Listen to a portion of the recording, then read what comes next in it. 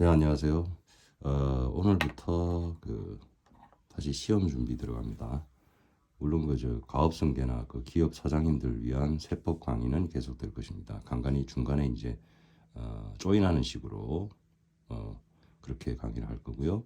이 시험 강의는 이렇게 쭉 달려야 됩니다. 이어서 중간에 띄엄띄엄 들어가면은 이 학생들이 혼란을 겪기 때문에 자, 그래서 연세대 로스쿨 저 1학년 학생께서 헌법 강의 좀 부탁드립니다 해서 헌법을 하려고 합니다. 교재는 물론 구입 안 하셔도 됩니다. 제가 레퍼런스로 신헌법인문 정재황 서울대 법대 교수님께서 쓰신 거 요거 차트로 하겠습니다. 이걸로 강의를 하겠다는 게 아니고 요 차트로 하겠습니다. 요게 헌법 체계 교과서에서는 가장 얇은 페이지인데 949페이지야. 이렇다니까요. 예전에 제 90년대 헌법 들을 때는 누가 유명했냐면은 헌법의 권영성 서울법대 교수님, 김철수 교수님 뭐 이런 분들이에요. 그리고 고려대는 계희열 교수님이라고 좀 돌아가셨는지 잘 모르겠습니다. 연세 굉장히 많으신데. 그 뭐 1500페이지예요. 그거 다 봐야 돼. 그럴 필요가 있냐는 생각이 들어요. 왜냐하면은 헌법이라는 것은 굉장히 추상적이고 포괄적입니다. 제 선생님 이 헌법재판소에서 발행하는 이 헌법전을 보는데 이건 헌법만 있는 겁니다. 법전이. 글자도 큼직하고 좋아. 이거 아무나 안 줍니다. 이거 헌법재판소에서 발행한 헌법전인데 사실 이것만으로도 선생님이 강의가 가능합니다. 근데 이게 또 시험 준비하는 분들은 또 그러면 또 성의 없어 보이잖아요. 그죠? 그래서 정재황 교수님 거를 차트로 하는데 보시면 이 헌법이 굉장히 두리뭉실하고 머리 아프고 깨지고 그냥 뭐 앞에서 민법은 뭐 양반이에요. 양반인데 차트가 좋지가 않네. 환장하겠네 이거. 촬영 기법을 좀 배워야겠는데 이게 참 어렵습니다. 헌법을 딱 보시면은 노즐도 잘 안 맞고 이게 이제 됐다. 헌법의 서설하고 뭐 다 필요 없어요. 선생님 형광펜 껐어. 현실에서 문제되고 시험 출제 가능한 거 위주로 하겠습니다. 다 띄워놓고 헌법에서 중요한 부분이 성문헌법의 개정 이거 중요합니다. 왜? 지금 현실에서 지난 정부부터 해서 헌법 개정하려고 생 난리를 쳤죠. 그러면은 과연 우리 헌법은 헌법 개정하려면 어떤 절차를 거치고 어떤 내용적인 한계가 있어야 되느냐는 걸 다루고 있어요. 오늘 차트만 설명드려요. 그다음에 저항권이라는 게 있어요. 저항권.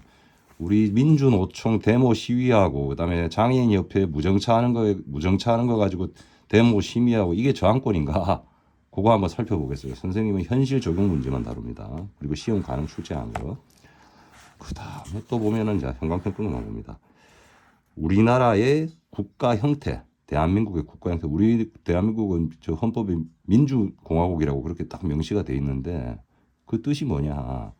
특히 미국 같은 연방국가, 뭐 그다음에 국가연합이라는 게 있어. 국가연합의 대표적인 게 영국이죠. UK라 그래. 그레이트 브리튼 이래가지고 잉글랜드, 아일랜드, 뭐 스코틀랜드, 뭐 한 4개, 5개 합쳐서 각기 독립한 나라인데 협력이 되는 관계. 미국하고는 틀려. 미국은 미국 땅덩어리 전체가 한 국가야. 근데 영국은 각기 4, 5개 국가가 각기 독립돼 있어. 그거 다 다르죠. 그래서 연방한 국가하고 국가연합이 어떻게 다른가? 이거 중요합니다. 실제에서도 중요하잖아. 그다음에 헌법의 기본 원리에서 가장 중요한 거 선생님이 볼 때 요즘에 문제되는 경제하고 관련된 거. 우리나라는 사회주의냐? 아니면 예전 클래식한 고전적인 자본주의 시장 경제주의냐? 아니면 사회적 시장 경제주의 이런 표현이 등장했어요. 등장한 지 꽤 됐습니다. 그러면 사회주의와 우리가 고전적인 시장 경제주의, 자본주의죠. 어떻게 다른지 그거 살펴보고 다 뛰어넘어요, 선생님. 왜냐하면 이 헌법을 쭉 할 필요가 없어. 가벼운 거를 긁어주면 되거든. 선생님의 역할이라는 거는 학생이 공부를 쉽게 하도록 가벼운 걸 긁어줘야지 처음부터 뭐 원론적부터 하면 주무시죠? 선생님 강의가 안 듣고. 그다음에 기본권의 이중성 문제예요. 기본권이 과연 권리자 제도로서의 역할 이중성이라 그래. 이건 누가 했냐면 우리는 독일 판렉텐 체계를 수입했죠. 물론 일본 거를 수입했지만 헌법 같은 경우는 일본 거보다는 독일 거를 더 직수입을 많이 했습니다. 이거 주의하셔야 돼. 형법, 민법은 일본 거를 직수입했다고 한다면 헌법은 독일 거를 직수입했습니다. 독일 특히 우리 저 바이마르 공화국이라고 있어. 1900년 초기에 나치가 나치 정권 히틀러가 이용했던 바이마르 공화국 헌법을 많이 레퍼런스 했어요. 레퍼런스로만 참고. 그래서 이중성 문제. 이건 누가 주장했냐면은 헤벨레. 헤벨레. 그때 헤벨레가 아닙니다. 독일 헌법학자 유명한 사람이 있어. 헤벨레와 콜라드 헤세라는 분이 계세요. 그 두 분이 대두인데 독일 헌법학의 대두십니다. 그분께서 주장하셨어요. 그다음에 제도적 보장 이론. 자, 쭉쭉 넘어갑니다. 형광펜이 별로 없어. 선생님은 뭐 웬만하면 빨간색 안 긋죠. 그다음에 또 쭉 보면은 쭉쭉 넘어가 봅니다. 시원시원하게 넘어갑니다. 평등권에서의 합리적 비례적 차별이 뭔 뜻이냐. 이거 책 안 읽어도 선생님이 한 방에 설명드릴 수 있지. 평등이라는 거는 공산주의에서 말하는 n분의 1이 아니야. 똑같게 주는 게 아니야. 같은 거는 같고 다른 거는 다르게 하겠다는 그걸 합리적 비례적 차별이라고 그럽니다. 예를 들어 보겠습니다. 우리 예에서. 우리가 수능 시험을 봅니다. 또는 뭐 정시 수시 모집을 해.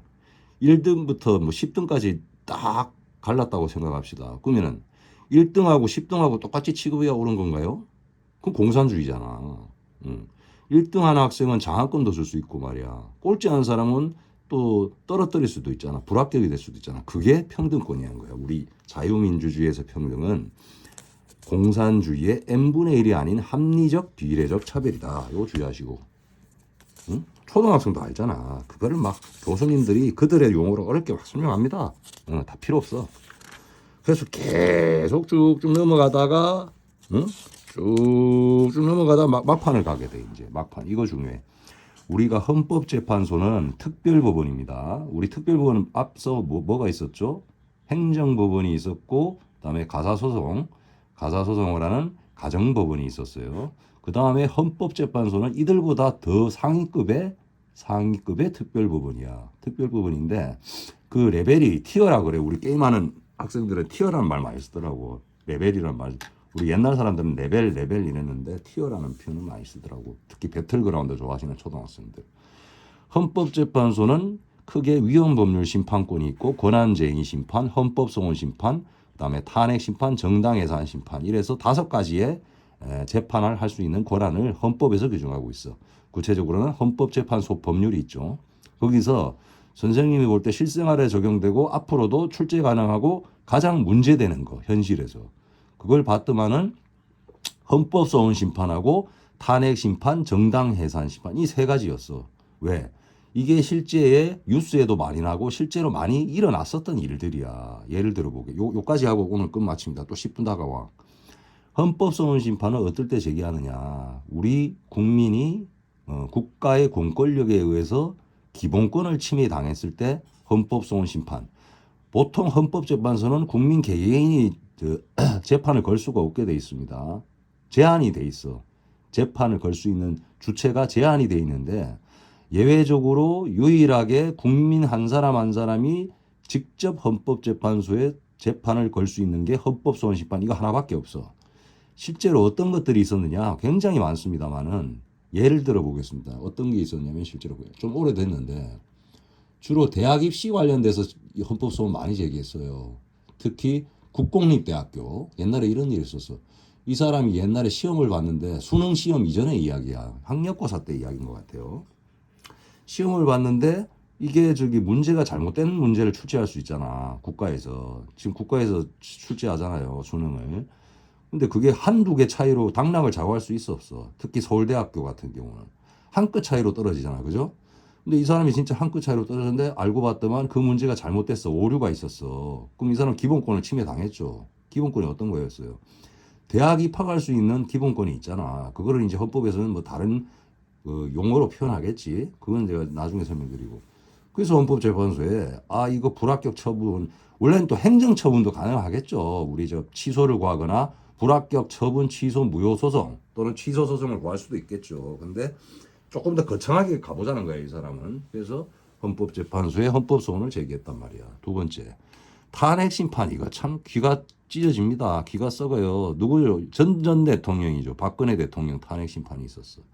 그 다음에 지금 뭐 또 뭐 저기들 더불어민주당에서 윤석열 대통령 탄핵하겠다고 데모를 했습니다. 근데 제가 볼 땐 굉장히 힘든 경우고, 이 탄핵 심판이라는 거는 대통령이나 국가 주요 기관들이 있어. 뭐 국회도 될 수 있고 행정부의 고위직도 될 수 있고, 이런 사람들이 헌법의 질서에 위반되는 행위를 했을 때는 탄핵 심판을 하는데 요건이 굉장히 까다롭습니다. 근데 전 정부에서 문재인 정권이 탄생한 배경이죠. 탄핵 심판을 이루어냈어요. 그래서 막말로 저 대통령을 자리에서 내려놨어. 와, 쉽지 않았어요, 그거. 국민의 힘이 받쳐줬기 때문에 가능했는데, 지금 뒤늦게 이렇게 뒤돌아보면 과연 그게 옳은 행위였는 건 다시 한번 생각하게 됩니다. 저는 뭐 정치 좌우가 없어요. 그다음에 정당 해산 심판이라는 거는 우리나라에서 실제로 있었죠. 예전에 저기 사회주의당이라고 했던 거, 이름이 갑자기 기억이 안 나네. 있었어. 그것도 문재인 정권 때인데, 문재인 정권 전이지. 박근혜 정권 때인가? 그때 저기 막 그 간첩 북한하고도 내통하고 말이지. 그다음에 김일성을 찬양하고 말이지. 대놓고 그랬단 말이야. 그런 거는 우리 헌법 질서에 반하잖아. 우리가 헌법을 몰라도. 그때는 강제로 헌법재판소가 정당 해산을 시킬 수 있어요. 그럼 정당 해산을 시키면 그 정당이 소멸이 되겠죠. 그리고 그 정당에 소속된 국회의원도 의원 자격을 상실해야 돼, 안 해야 돼? 해야 되잖아. 그런 것들을 다루고 있습니다. 네, 수고하셨습니다.